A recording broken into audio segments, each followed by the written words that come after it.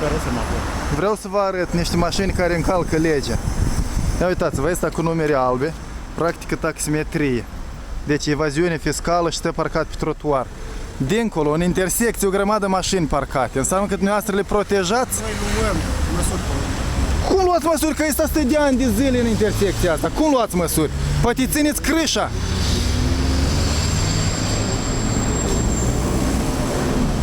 Nu trebuie amendat pentru așa ilegalitate. Evaziune fiscală, parcare pe trotuar, o grămadă de ilegalități. Prestare de servicii ilegale. Mafia cu epuleț, o șters-o din gară.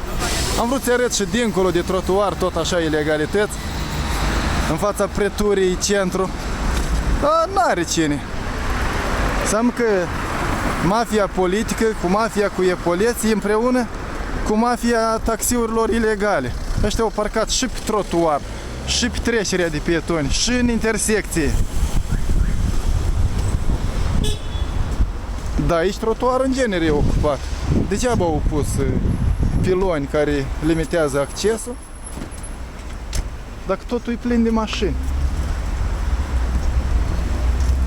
Și de la Aneni, și din Chișinău, și de boieri, procurori.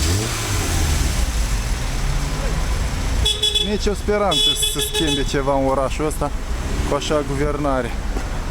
Chiar toacă demisia.